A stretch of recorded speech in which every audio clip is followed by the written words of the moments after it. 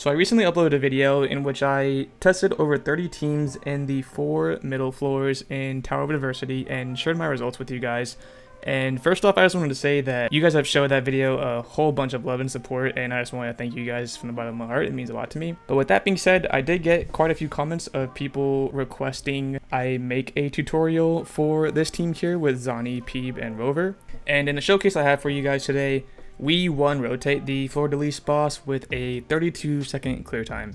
So if this is a team that you'd like to know how to play, or you just would like to improve your Zani gameplay, look no further, this video will be for you. If you haven't seen that tower testing video and you'd like to see it, I'll leave that in the description. I also have 2 other Zani rotation tutorials, one with Phoebe Shorekeeper, which that is a team that I personally recommend that you start with if you are first looking into trying Zani quick swapping, as I feel that that team is the easiest and grants the best results with the least amount of effort in comparison to these other teams. I also do have a tutorial with Phoebe Chisa, which isn't necessarily recommended, but with the results that I got with that team, Chisa is a viable shorekeeper replacement. Sometimes just worse, sometimes about the same. It really just depends on how you play in content specific. But no doubt about it, whenever you play at your absolute best, this team here is for sure the 100% best team to play. For the purpose of this tutorial, I will be doing this in the current right side 4th floor tower, which is against floor release, and doesn't really have buffs that well, it does have an attack buff that improves this team, but it's not a buff that is crazy shilling this team specifically. Without further ado, let's get into the showcase.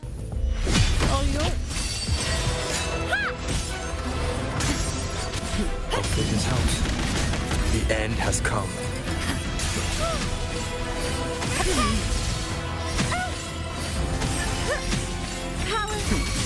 No divine grace. All of you at once. I don't do overtime. Come at me. Reduce to dust. Don't stand in my way. Hopefully this helps. Swift and resolute. Sentinel protection. Go, Jack Crystals. Give me strength. Moment of resonance. No hesitation. Reduce to dust. What a waste of time. Alrighty, a couple texts I'm gonna have to break down first before we get into the footage breakdown. For the very beginning, you skill echo normal and then swap, and that puts her in that sit down state. We switch to Phoebe. Let me switch back to her, and then we can do that one long normal attack animation that will fill up her forte gauge. And while she's doing that, we swap to Rover and do the heavy attack followed by a basic attack, and then in the video that we do later, we follow that immediately by liberation, and then we switch to Phoebe. That's kind of like the intro setup stuff. Keep in mind, one of the most important things about playing Zani is that when you do her special skill, for example, you don't want to swap out of it too early, because then she just like won't do it and you won't get the buff from her. I'm gonna hold this until I see that buff. I don't know if you saw it happen really quick, but you can see that now that we are seeing it. So I kind of hold it until I see that buff icon first start to appear, and then that's when I switch. As soon as that buff icon appears, that's when our buff uptime is starting to count down, and like all the attack that we do during this time is buff. So you basically want to try to squeeze as much night falls in as you can while that buff uptime is still up. Me personally, I think it's, at least with my testing, I think it's only possible to squeeze in 3 heavy nightfalls during that buff's uptime, and then in our rotation we do 4 nightfalls, but that buff is definitely gone by the time we are doing our 4th one.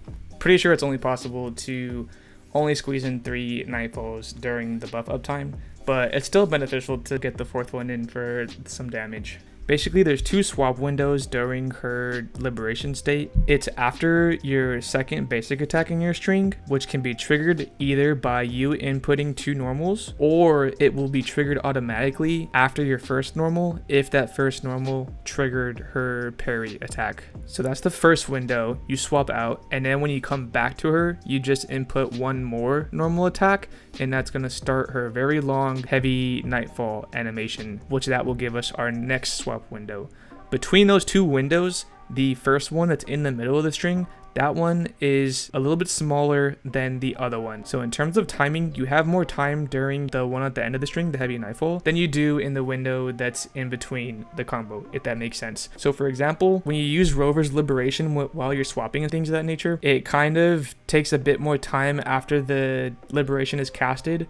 So you would not want to cast Rover's Liberation during that first smaller window. You definitely would want to cast it during the second longer window, if that makes sense. You'll see that in the run that I do, there is a part during the rotation where I have both Phoebe's and Rover's Liberation ready to go. And in that case, I choose to Phoebe Liberation before Rover Liberation. If I do Rover's Liberation, then Phoebe's Liberation, it kind of takes a little bit longer time after Rover's Liberation. That's just something that I found personally with my testing. But if anyone watches this goes about this differently or has any recommendations for me, I'd be curious and I'd love for you to share. You know, I'm always open to learn new things, but that's just what I do personally. All right, now that we went over those texts, we're gonna go over the run and I will go over what I mechanically input throughout the run so you can follow along. First, we begin by skill, echo, and normal on Zani to put her in that sit down on a chair state. The echo isn't crucial to this. I'm just casting this on cooldown whenever I can, as it's a summon echo and will not interrupt whatever we're doing,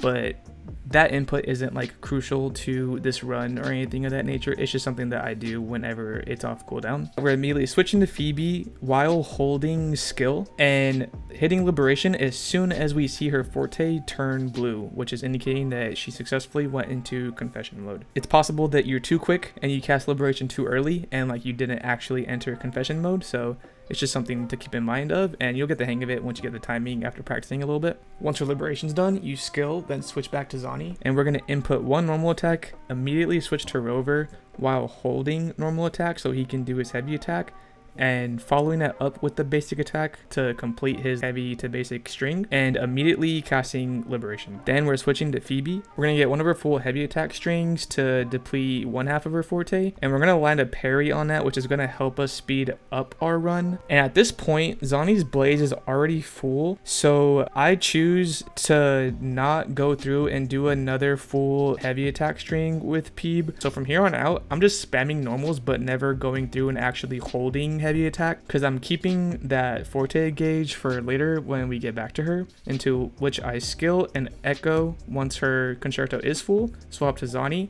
and I'm immediately casting her skill. Once again, looking for that buff icon. As soon as I'm seeing that, I'm swatching to Rover and I'm getting in one hold heavy attack to normal string and immediately switching back to Zani and casting Liberation. From here, I hold skill for a little bit, and this is a case where like I'm just keeping an eye out for if I trigger that parry. If I trigger that parry after holding skill, then I would immediately switch to Rover. In this case, I did not trigger it, so I let the skill go through and then I input my second normal attack to start that first swap window that I talked about earlier, then switch to Rover immediately and tap skill on him. Then I switch back to Zani, input my third normal attack, which is going to start her long heavy nightfall swap window, and then immediately swap to Phoebe, and then now I get in her full heavy attack string to deplete that leftover half of her forte gauge. Switch back to Zani, and I'm inputting normal attack. This time I do trigger the parry, so then I immediately swap onto Rover, and I just kind of like get a normal attack in. I'm not worried about getting a full heavy attack to basic combo with him, because that combo can kind of take a bit of time. So I just like input a normal on him during this time, and immediately I'm trying to switch back to Zani to follow up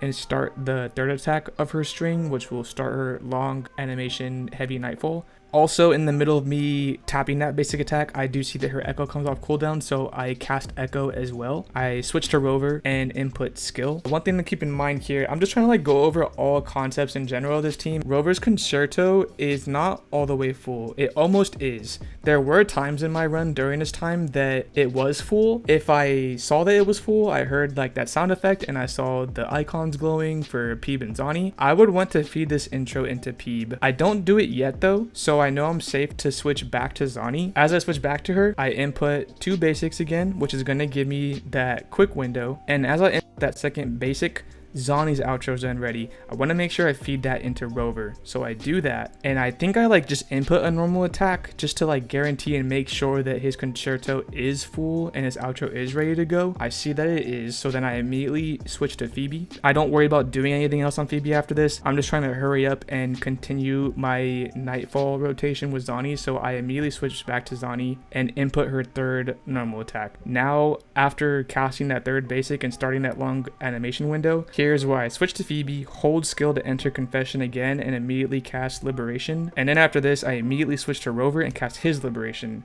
Once again, I stated earlier that if we have both Liberations available, I prefer to do Phoebe's first and Rover's after, because as you'll see, as his Liberation continues to go, like time is frozen here, and then there's like a time where you can't do anything, you're still on him, you're kind of still like mid animation, but the animation's done for the most part, and you see like Zani move and do most of her last slash in her combo before we're actually able to switch back to her. Now that we're back to her, I input 2 normals, and then in this small window I switch to Rover and skill real quick, and then go back to Zani, input third normal, then switch to Phoebe and get one more of her, or I tried to get one full string in, but I just kind of slipped up in this run and I like switched to her a little too late. So I just put like 2 normals on her. I didn't worry about squeezing in the last one because I know that time is tight here and I need to cast Zani's final liberation, her outgoing liberation ASAP. So I just kind of do like 2 normals on Phoebe in that case. But what I was aiming to do was to squeeze in one of her heavy attack strings during that downtime and then switch back to Zani and cast her liberation right before it expires. And this was enough to 1 rotate Fleur-de-Lis. I did, for the purpose of this video, switch my Zani to a crit rate 4 cost.